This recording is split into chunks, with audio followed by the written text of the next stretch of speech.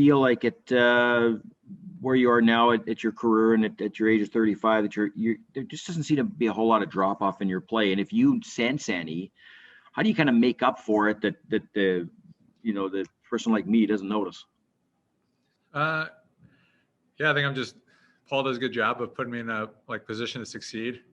I think he does a good job of not necessarily putting all the best guys together or putting all the checking guys together.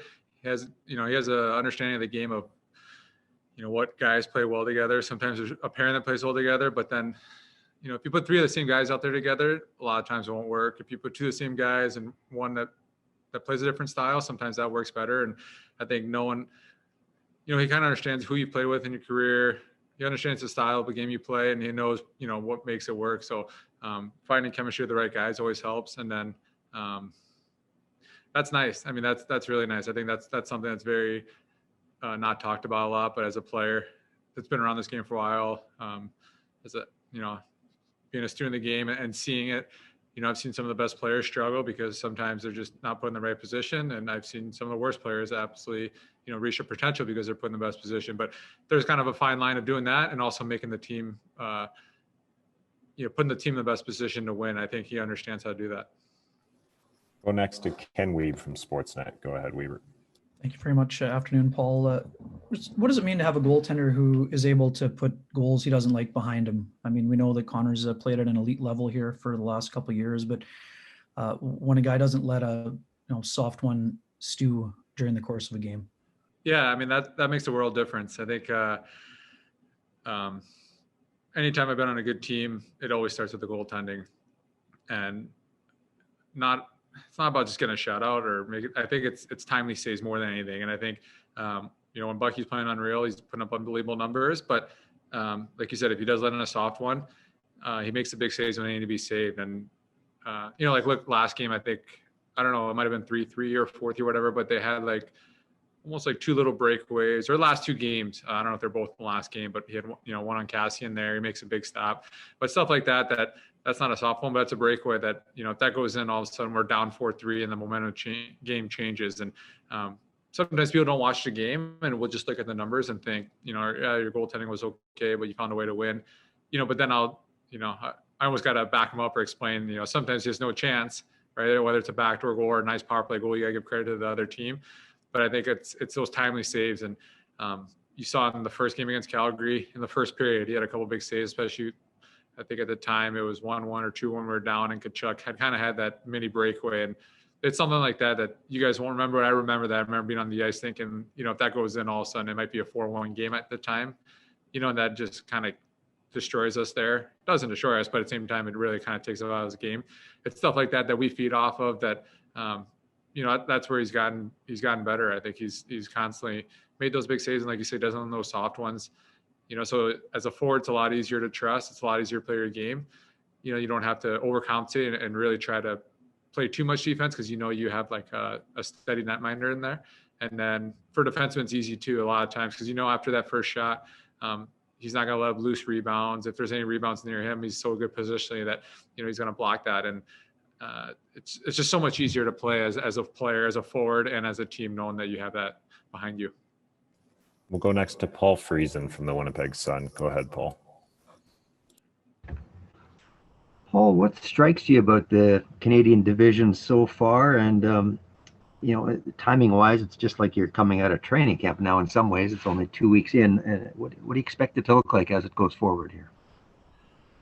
I don't know. I think every team, I don't know, there's just no easy games. I think sometimes you might look at the score and it might look easy, but if you rewatch some of those games or you watch highlights from those games, like I said, it's a couple power play goals here and there that kind of change the momentum of the game, or a couple big saves here and there. So we knew that. I think we had this mindset where whatever happens, you have a feeling that after 45 games or the last month of the season, all 7 teams are still going to be in it.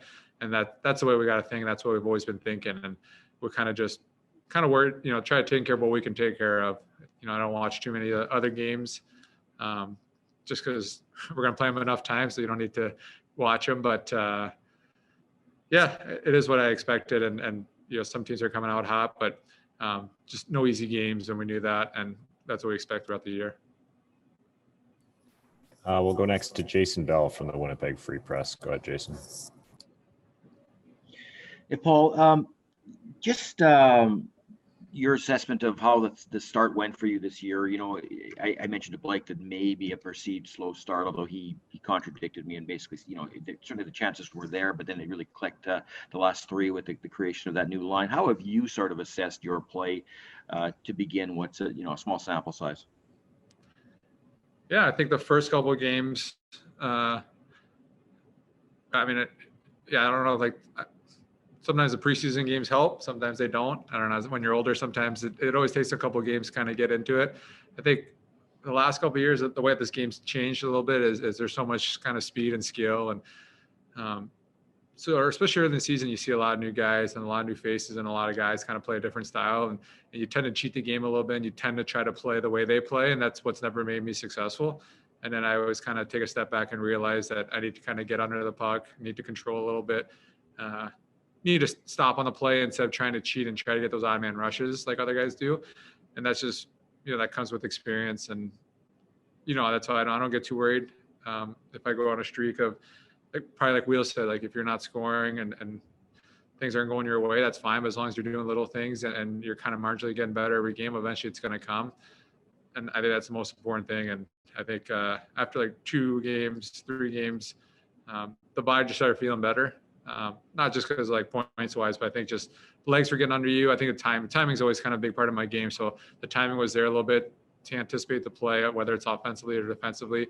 And then, I think ever since they've kind of put me, Copper, and Fly together, it's been a good line where we just spread off each other and kind of starts in the D zone for us and can play that 200-foot game. And, I think it was the first game I think in Ottawa, his first game we were together, or the second game, sorry, in Ottawa, and I had nothing that night, but that was probably my best game I had all year. And simple, it was just simple hockey. And sometimes when you play with certain guys, they understand you better, you understand them better. And when you're playing with guys that click like that, it just elevates your game and you're having more fun out there. And I think that's the most important thing.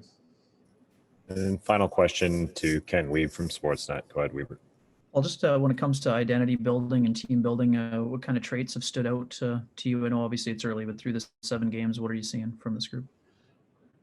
There's no quit in our game. I think when you have, a lot of offensive firepower, you understand that. But at the same time, sometimes, you could let things get away with you. And especially at home, I think, or especially, I guess, anywhere when there's no fans, sometimes it's a little harder. But we've had different guys step up every night, different lines, whether it's the first line, second, third, or fourth line.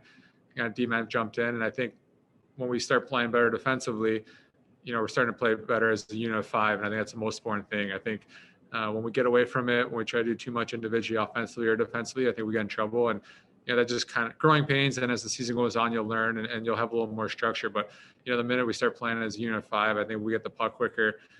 And, if you look at our roster, I think you want the puck in the forwards' hands because a lot of those guys can make plays out of nothing. And I think defensively, that's almost the whole goal is try to shut down the play as quick as you can and just get it in the forwards' hands.